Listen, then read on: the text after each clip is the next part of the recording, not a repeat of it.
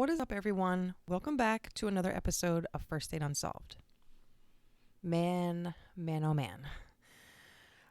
Guys and gals, this case is a case.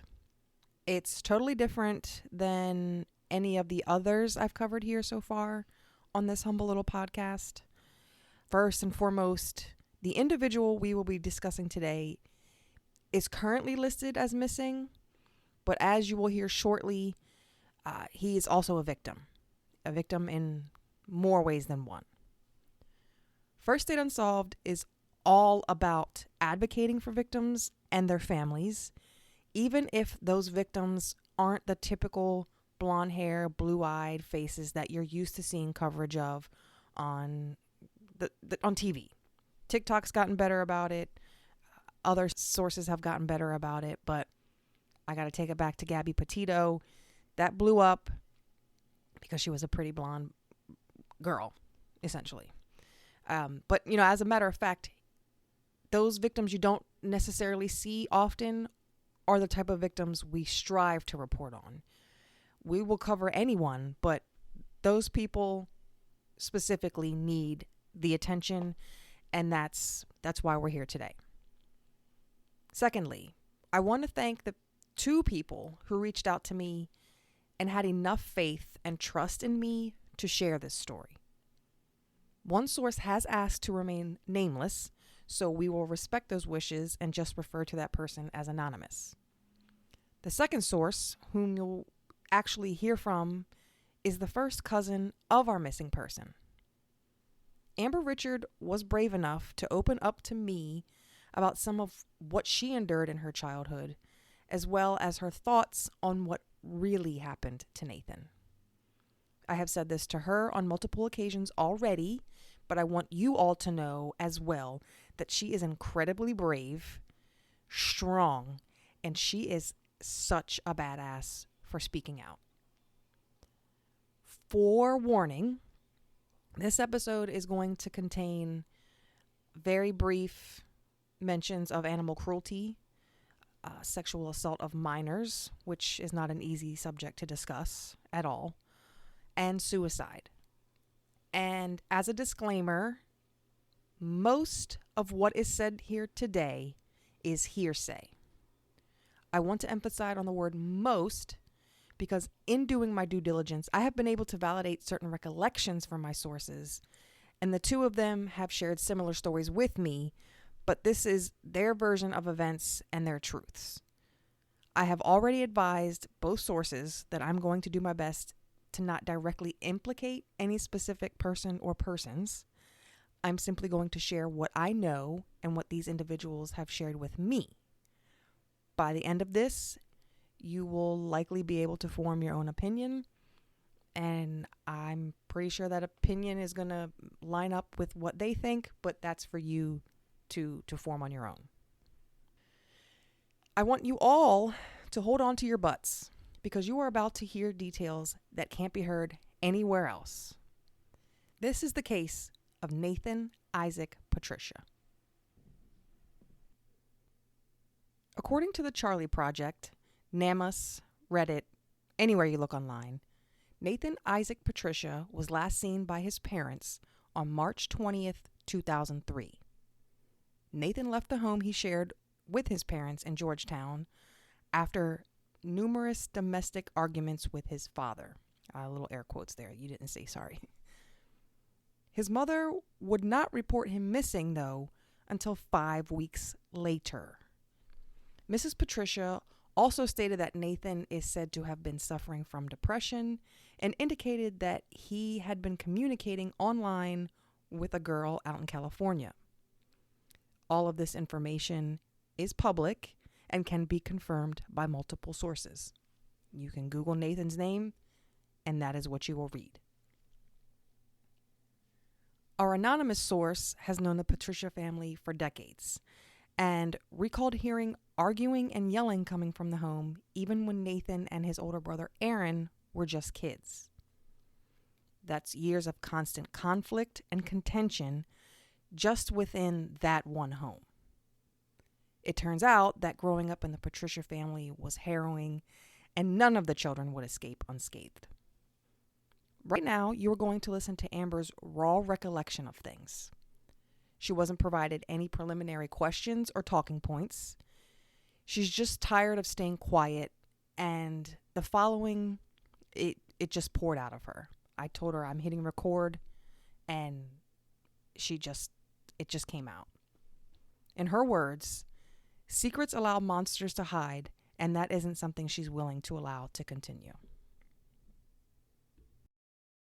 I'm going to be honest. What is the worst my family could do to me that they haven't already done or allowed to happen?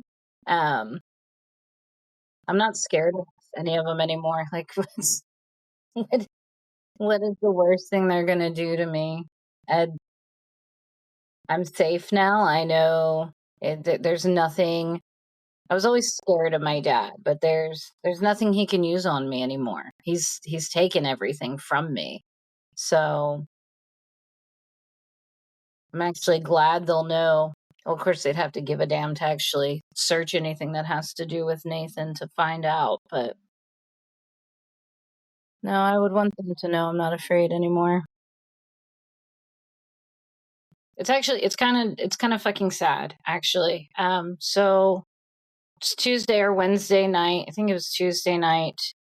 I was taking a bath, and I don't know about you or anyone else, but when certain things start clicking into place for me, it feels like in my brain, like I can see the bricks like sliding into place. Do you know what I'm talking about? Or gears where it's like click, click, click, click, and everything connects. And I was taking my bath, and there was a memory that popped up, nothing to do with Nathan, just about me. And all of a sudden, just other things just started slamming on top of each other. And I ended up having a panic attack.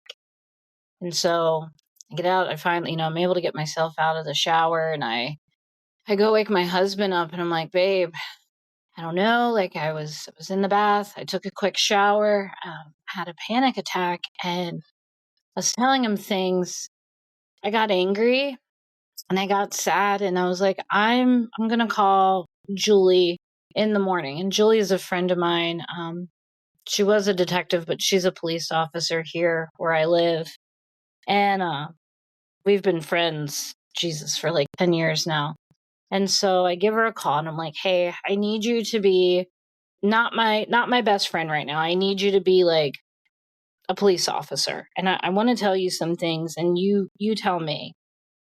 And so I told her what I was thinking, and how it's been weighing on me all these years. And she's like, call. The worst thing they're going to do is, take your information, and that's it. Like, whatever. She's like, but, call. And so I pull up Nathan's missing persons report, or, thingy that's online. And I read everything over again, and I'm like, yes, these certain things don't make sense to me. And so I call, and they put him on I get a hold of the officer, and I start crying. I'm like, listen, I ramble a lot, which doesn't, the insecure kid in me is always like, oh, they're not going to believe me because I don't have proof, or I'm rambling or whatever. And he's like, no, just take your time. Like, what's going on? And so, and I'm not going to lie, my memory and everything's really jumbled up because everything I've learned since Wednesday. But one of the first things I asked him is if there's been any movement on my cousin's case. And he told me no, there hadn't been. Something else he shared with me that just kind of blew my mind is he said I was the first person or the first family member to inquire about my cousin since he went missing. And that was just really weird to me. I'm a mom. Like, why would you not be in contact? If not every 6 months, like, why not every year, calling, like, hey, have you heard anything? And when he said that, just blew my mind. And so what I had said to him is that the case had never sat well with me, that to understand my family. So you had my grandparents, and they had 5 sons. One who passed away when he was 18. My one uncle went to California. I never met him, never saw him, anything. And then you had my father and his 2 younger brothers. One of them is Isaac, which is Nathan and Aaron's dad. And so we have a very small family. And then, one of the sons never had a kid. My uncle, who I never met, he had one son. My uncle Isaac had 2 boys, and then there was me. So it's always been a very small family. And so I had told him that the story had never made sense, that the only reason I had even found out my cousin went missing is because, and I don't know when the detectives came. That was a really odd time in my life. I don't believe it was right away, but I was supposed to work that day, and I went in later than I used to work morning, and I went in afternoon, and my manager had said to me, hey, there's 2 detectives here for you. And I'm like, what? What do they want? And so I called them after work or the next day. I don't remember now, but I called, and that's when I first learned that my cousin had gone missing. And I even remember telling the detective, I'm like, that's weird. Like, my dad never mentioned this. I don't remember how long he had been missing before I found out. I want to say some time had passed, but I don't know how long. But when I asked my dad about it over the years, because I would say, like, oh, we were never a close family. My dad was very close with his brother, but we never had a close family. It was completely different than how I grew up with my mom's side. But I would ask my dad over the years, like, has there been any movement? Like, have they heard anything? And he was always very distant about, like, no, nothing's come up. And it's like, oh, okay. But I stopped talking to my dad and anyone on that side of the family after Aaron passed away. So it was right around January or February 2020, because I had confronted him about some things. But I remember never being okay with his answers, but just kind of like, all right, whatever, because we didn't grow up close. Nathan was not to, I feel shitty saying it, but he was not a nice kid. The complete opposite of his younger brother. Aaron was sweet and funny and likable, and Nathan was mean and just a bully, right? Like that. He's not someone I ever felt close to or connected with. I didn't like him. And so I was okay with, do you know what I mean? I just figured his parents were taking care of, looking, and they'd update me if necessary.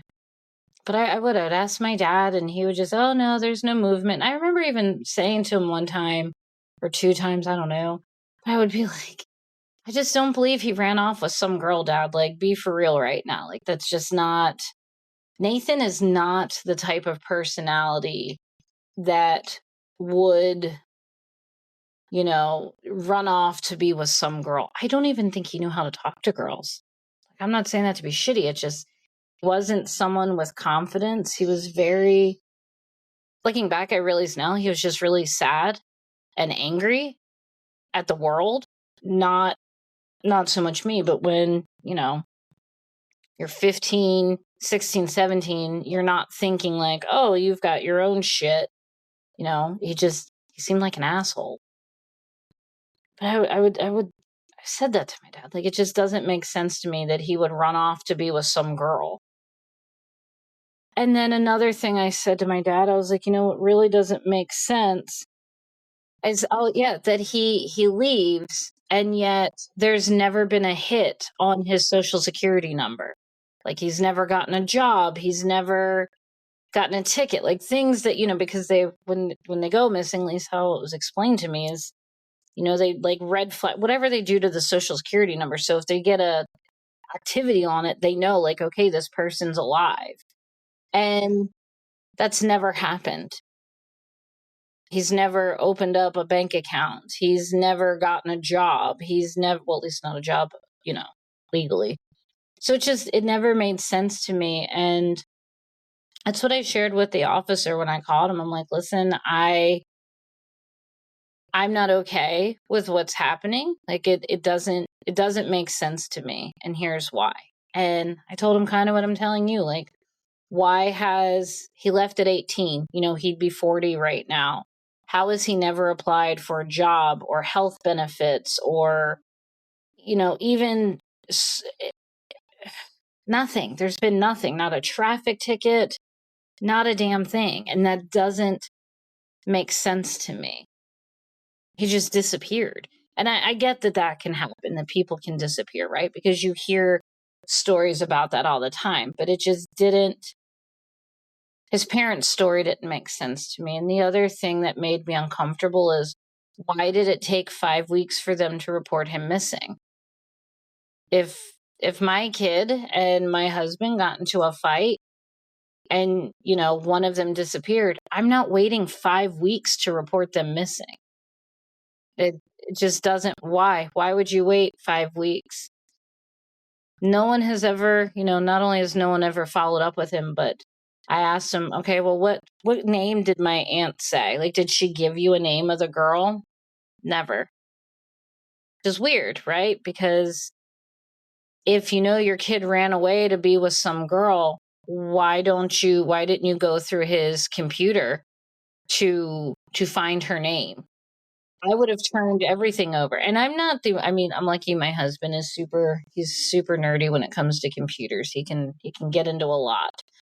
But I would have 1000%. If my husband couldn't hack into things, I would have given everything to the cops. Like, take his computer. Like, do whatever magic you need to do to get in here and see, like, what is her name? I would want to know who is the last person that talked to my kid.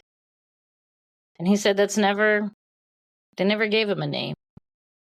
And because of things I know that have happened previously, I wouldn't find it a big stretch to think that someone in my family would be capable of that. Amber mentioned Nathan's older brother Aaron 2 times in that sound clip. Aaron also has to be mentioned today because not only was he also a victim, sadly there are many involved in this case, but from what I've learned, I think he's the one person who was impacted the most by Nathan's disappearance. I mentioned in the very beginning that Nathan is not like most victims that you hear about. Even Amber briefly touched on how sad and angry he was growing up. Nathan was violent and possibly even cruel to animals. However, Aaron was the total opposite and maybe Nathan's only friend. Aaron was likable, outgoing, and fun. He socialized, had girlfriends, went to parties, and even got into some, regular trouble that young adults get into. But after Nathan vanished into seemingly thin air, the darkness of not knowing what happened to his brother and his parents' lack of interest in finding him launched Aaron into a tragic trajectory. There's just so much wrapped up in this case, and I will do my best not to bounce from point to point, but it's really hard, so please bear with me. Per Anonymous, anytime Nathan was mentioned after he, again, air quotes, left, Mr. Patrycia would immediately shut down or instantly change the subject. And Mrs. Patrycia would lose all control and break down into tears as if her son walked out the front door just yesterday. And this was every single time Nathan came up. His name always managed to get brought up in a conversation, but that's about as far as the topic ever went. Frustration, years of trauma, and unanswered questions just became too much for Aaron, And sadly, he eventually got into drugs pretty heavily at one point. Things got so bad for Aaron in 2016, he attempted suicide by jumping in front of a moving vehicle on a dark road on the evening of April 5th, 2016. 30 years old at this point, Aaron had to be flown to the trauma center in Christiana Hospital, where he was admitted in critical condition. Aaron did manage miraculously to survive that incident, but recovery wasn't going to be easy. Even when his life and the situations around him seemed to be improving, he proved to be no match for the demons he was fighting, and sadly, he successfully ended his own life 2 years later in 2018. But there was no funeral for Aaron, no obituary, nothing to indicate his passing. If you look up his name, you'll have no clue he even passed away. The only searches that come up are of the accident I just mentioned, and maybe an article about an arrest, a drug arrest.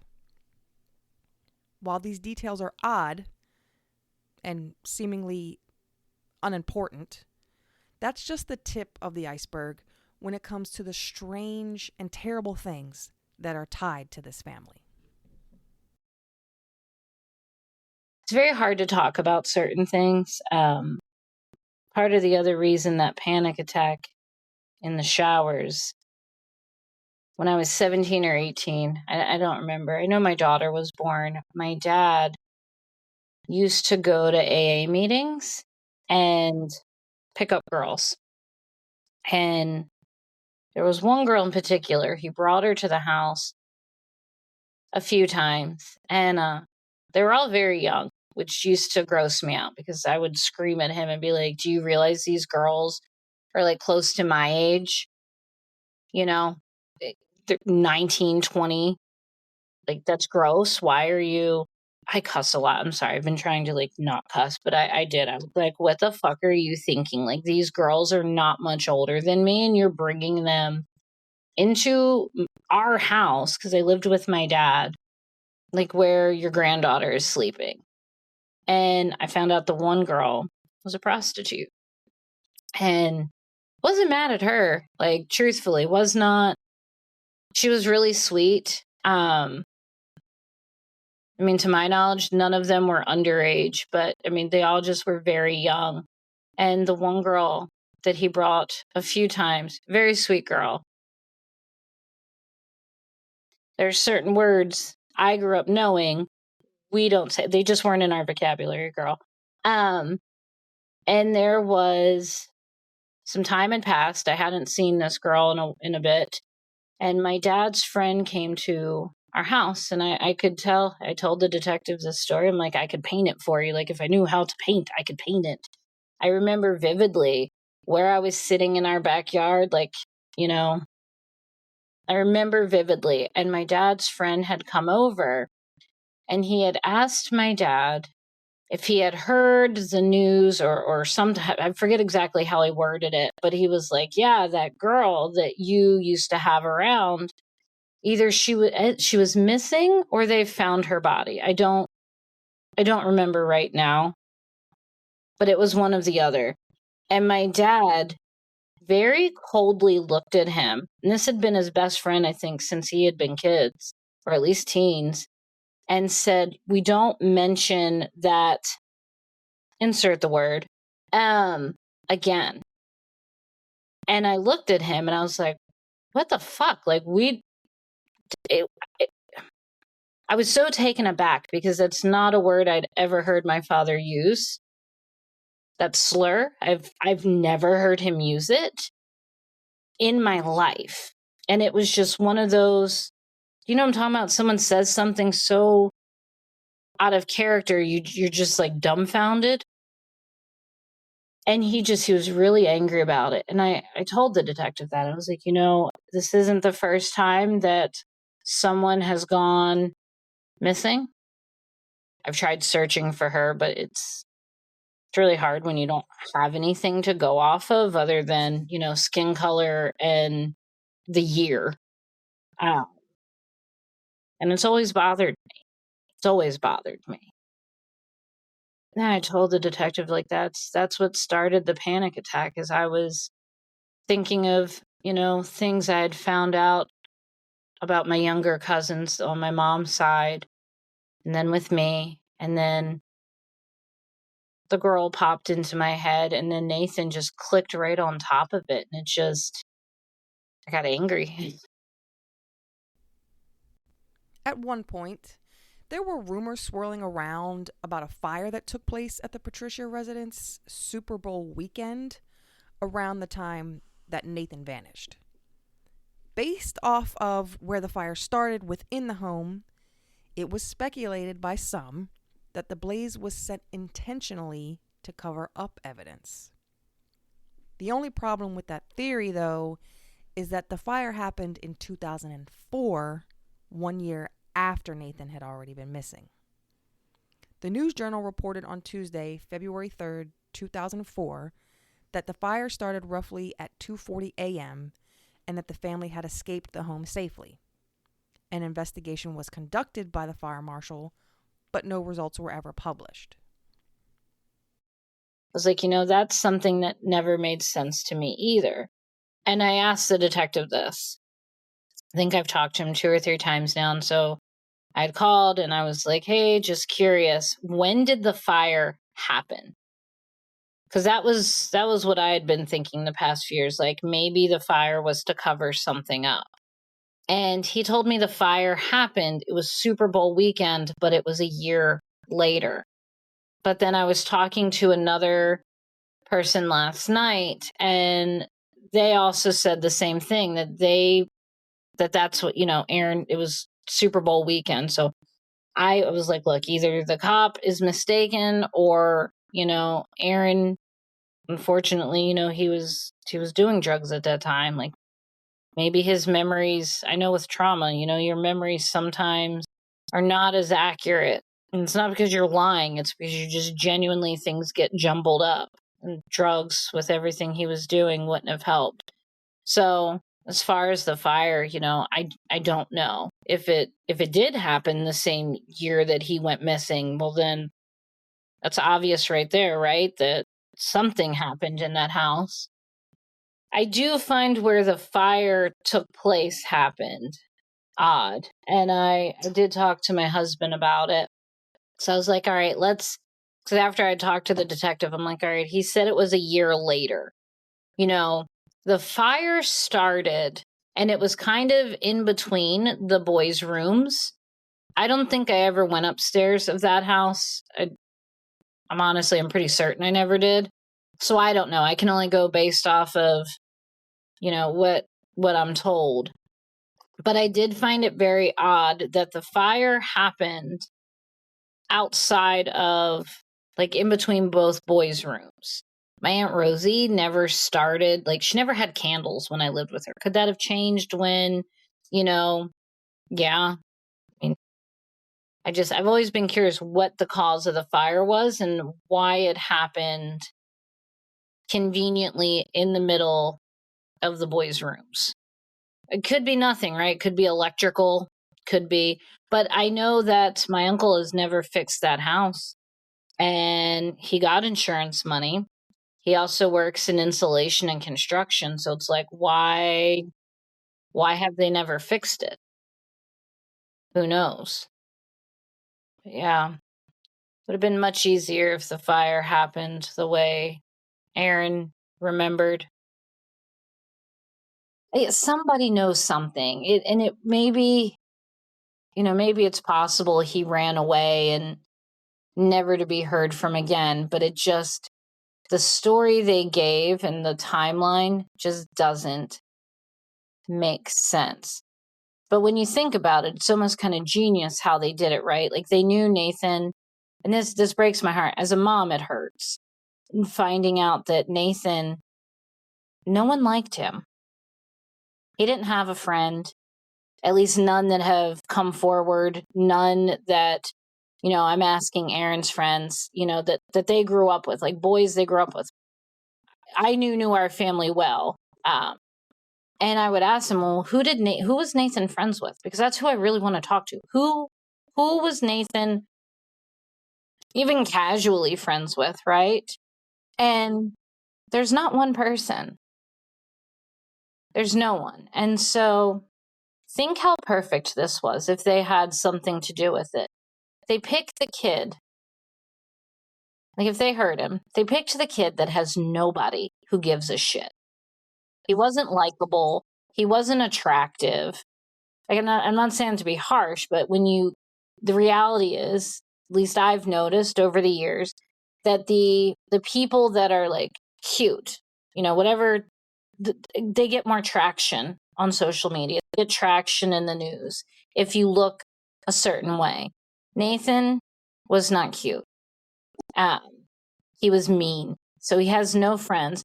How perfect of a story to, oh, he met a girl and took off to California. Well, they know California is literally the opposite side of the fucking country. They made the search area so vast for him. Because if you're like, oh, well, maybe he's in Virginia, or maybe he's in North Carolina or New York, right? That's all still right there on the East Coast. They chose a destination.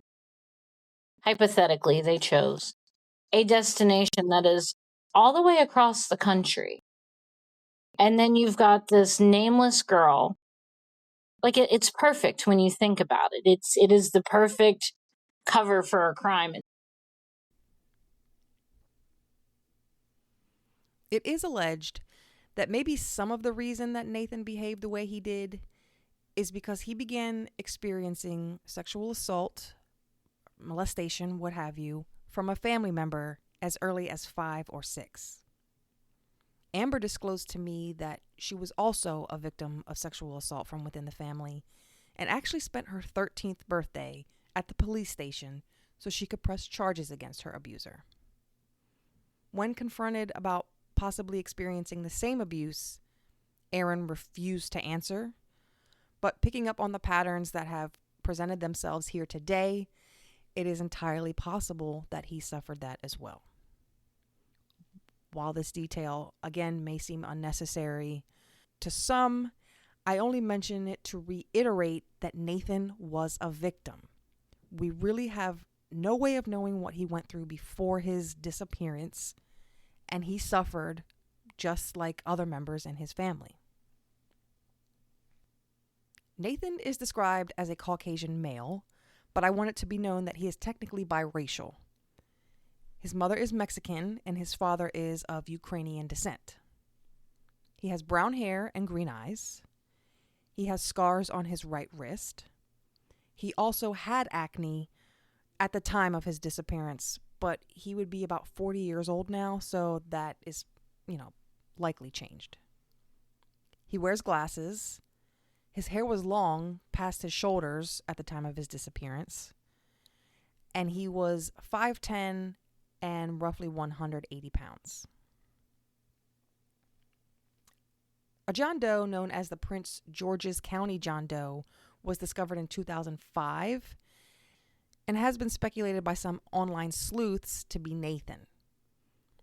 A Reddit user by the name of SimsGuy67 has been in contact with Namus and named Nathan as a possible match for the John Doe. The doe was found in Fort Washington, Maryland, which is 118 miles or 2 hours away from Georgetown, where Nathan disappeared from. The remains were completely skeletal, so DNA will have to be compared whenever they get around to it, I guess. We do know that the John Doe is estimated to be a Caucasian male between 15 to 18 and between 5'7" and 5'10". So that does add up. Unfortunately, again, we're just going to have to wait to see what those results produce.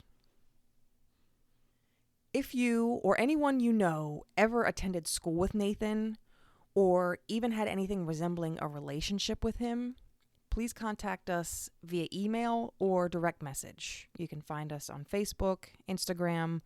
I'll even, accept messages on TikTok. I'm not on there much, but please reach out. With Amber and Anonymous kicking up dirt and bringing this case back to light, They are hoping to provide investigators with useful tips. Seeing as how Nathan didn't have many friends, you, again, or someone you know, could hold the key to something valuable and not even know it. I want to say thanks again to Amber for her bravery and for her trust. And thank you to our anonymous friend for bringing this case to me back in November. Anonymous is not any less brave than Amber because they asked for their identity to remain a secret. They are just as reputable as Amber, and they've witnessed events firsthand for themselves. This individual still wants Nathan to be found. They've just moved on with life and don't like the idea of any repercussions blowing back on them or their family. But again, thank you, Amber. Thank you, Anonymous. And most importantly, thank you all for listening. If you thought nothing ever happened here, you thought wrong.